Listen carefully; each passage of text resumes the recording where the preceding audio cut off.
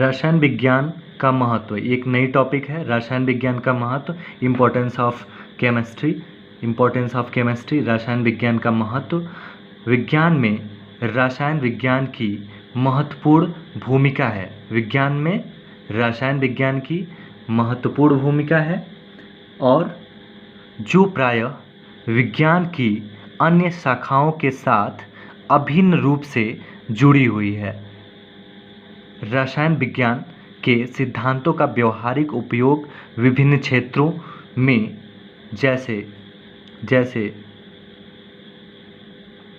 मौसम विज्ञान, मस्तिष्क की कार्यप्रणाली, कंप्यूटर प्रचालन या प्रचलन तथा उर्वरकों, क्षारों, अम्लों, लवणों, रंगों, बहुलकों, दवाओं, साबुनों, धातुओं, मिश्र धातुओं आदि में रसायन का महत्व है। फिर से अगर हम लोग पढ़ेंगे, फिर से समझ लेंगे कि विज्ञान में रसायन विज्ञान की महत्वपूर्ण भूमिका है।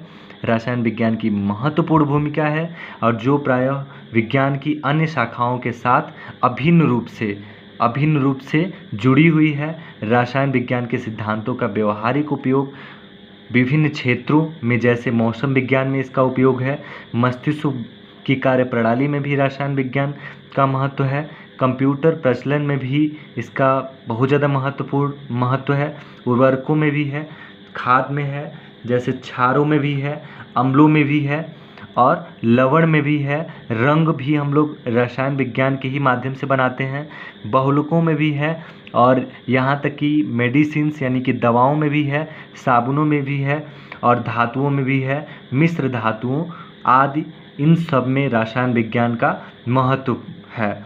और इसमें देखेंगे कुछ बहुत ज़्यादा इम्पोर्टेंट है।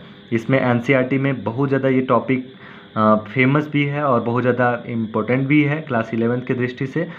तो कैंसर की चिकित्सा में प्रभावी औषधियाँ जैसे सिस्प्लास्टिन तथा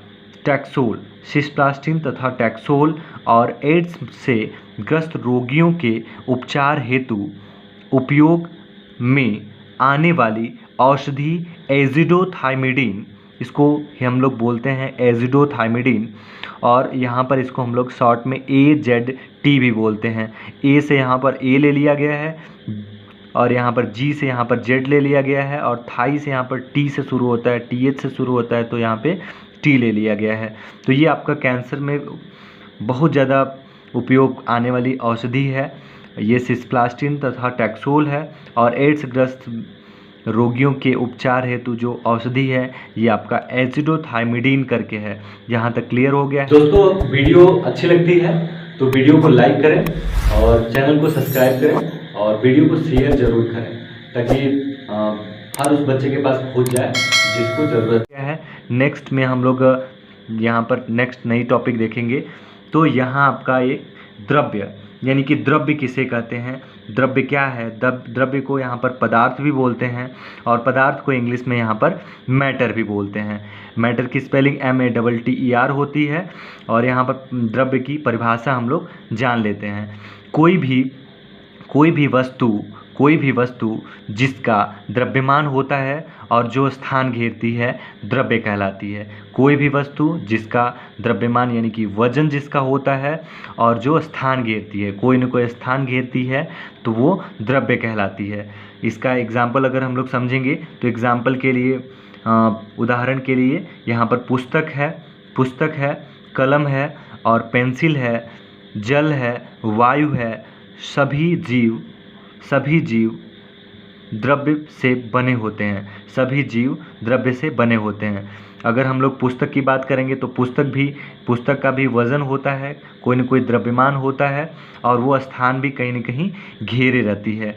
और जैसे कलम भी है तो कलम का भी कोई न कोई द्रव्यमान यानी कि वज़न होगा और जहाँ पर उसको रखेंगे वो स्थान घेरेगी। जल भी है, वैसे वायु भी है। वायु को अगर हम लोग गुब्बारे में भरेंगे तो उसका कुछ न कुछ वज़न होता है, तभी तो वह नीचे आ जाता है और जहाँ पर वो कुछ न कुछ एरिया कवर करेगा तो वहाँ पर उसको हम लोग उसका स्थान भी कह सकते हैं कि स्थान भी घेरता है। और सभी जीव द्रव्य से बने होते हैं। सभी जीव, जितने भी जीव हैं, सभी क्या हैं, द्रव्य से बने होते हैं। और फिर से आप जान लीजिए आप जानते हैं कि इन सभी का द्रव्यमान होता है और ये सब स्थान घेरती हैं।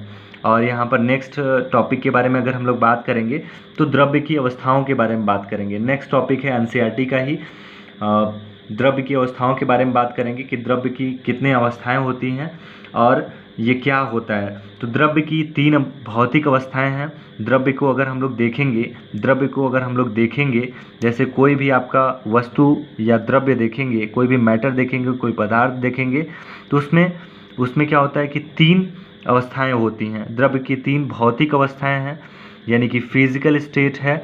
जैसे आपका किसी वस्तु को अगर हम लोग देखेंगे तो वो ठोस में रहेगी, और या तो द्रव में हो सकती है या तो वो गैस में हो सकती है। ठोस में हो सकती है या फिर यहाँ पर द्रव में हो सकती है, और यहाँ पर गैस में भी हो सकती है। यही 3 अवस्थाएं द्रव्य की होती हैं। इसमें जैसे हम लोग ठोस में अगर देखेंगे तो ठोस के जो अणु होते हैं ये क्या होते हैं, एकदम सॉलिड होते हैं, ये एकदम पास पास होते हैं।